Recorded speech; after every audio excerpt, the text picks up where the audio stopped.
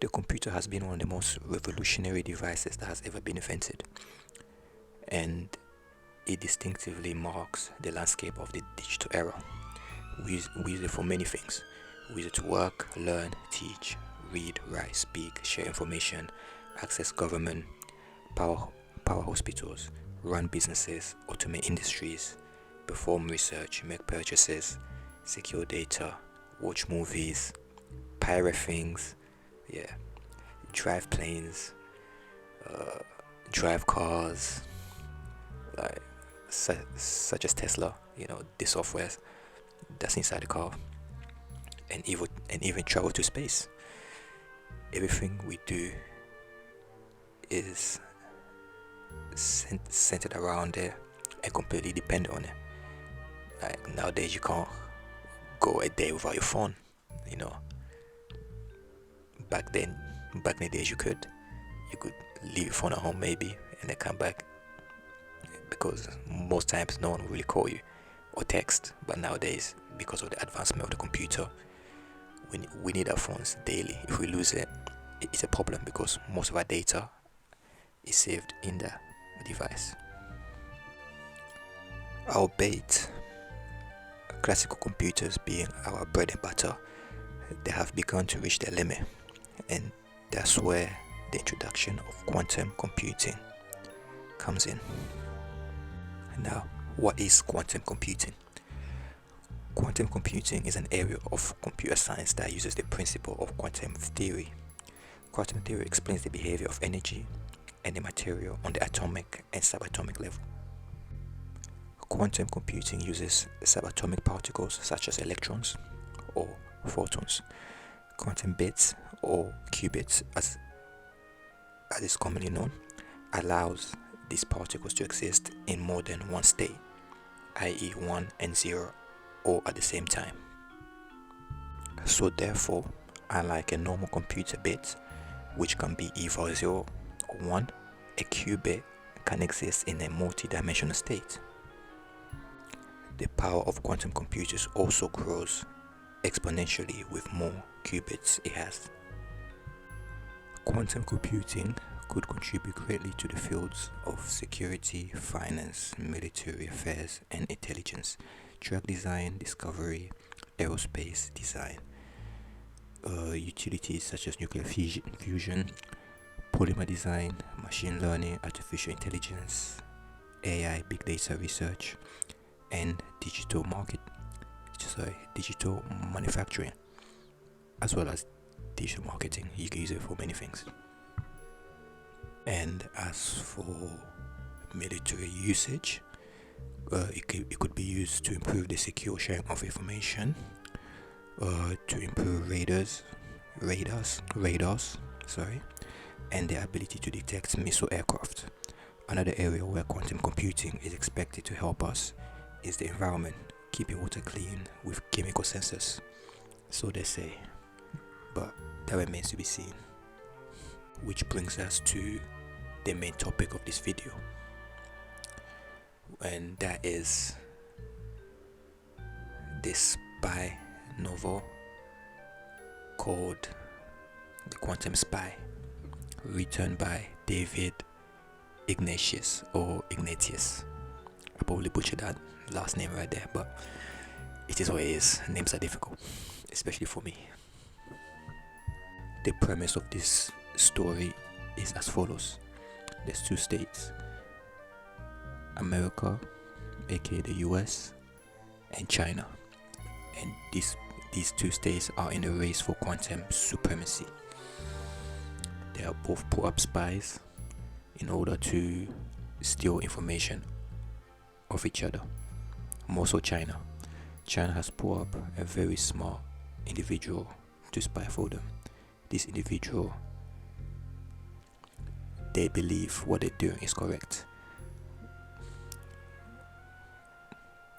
First of all, this individual is a scientist, and as most scientists, they share the belief that knowledge should not be kept under national borders, under the boundaries of a country. They should be spread out. Information should be shared That's usually a true dream of a scientist, to improve the world, to leave it better than how they found it when they came in here.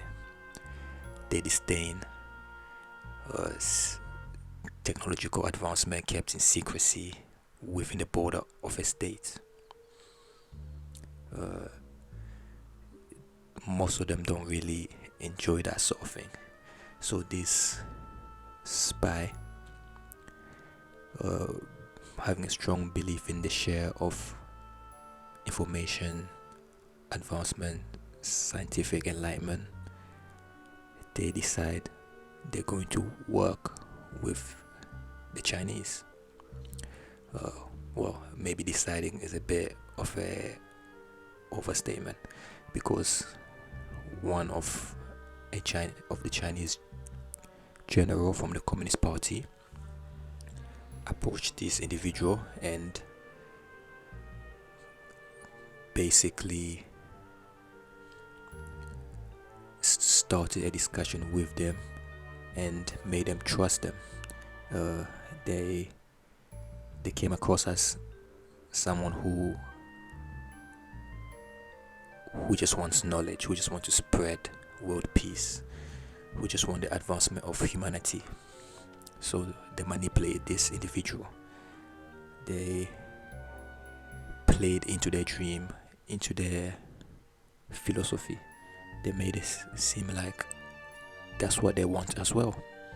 But the truth is, every nation, every general of a nation, they want one thing: to improve the militaristic might of their country.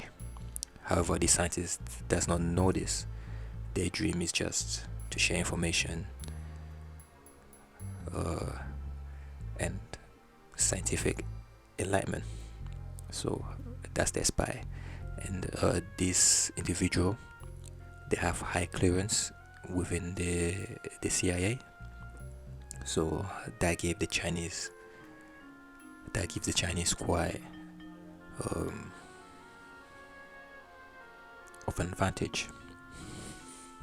Nonetheless, America also has a trick up the sleeves. They have one of, if not the best agency, secret agency in the world, known as the CIA. And as you expect, the CIA were using the same tricks they always do: blackmail, bribery.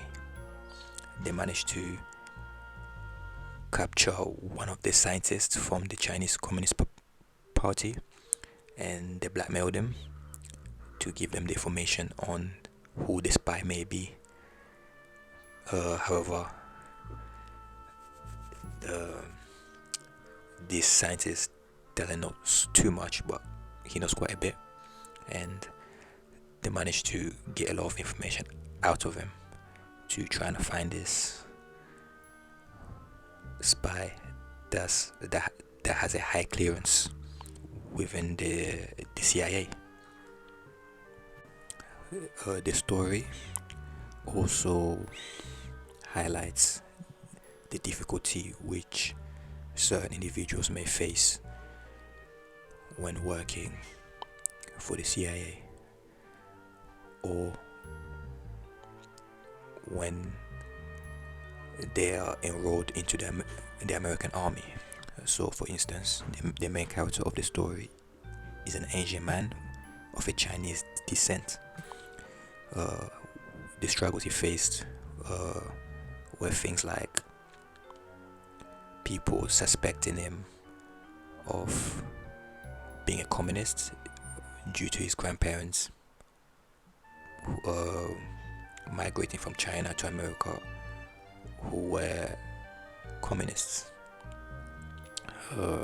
Also, they try to think he's weak for some reason, because they think Asians are weak. So he literally had to fight for his respect whilst he was in the army. He had to prove himself. He had to keep himself at peak physical form. He couldn't let anyone mess with him. So he was also a very talented officer. So is it officer? I don't think it's officer. Let's just say soldier. He was a very talented soldier, Hence, when a certain CIA individual came to scout his barracks, uh, they saw his talent and they offered him a job. He took it gracefully. However, the challenges did not stop there.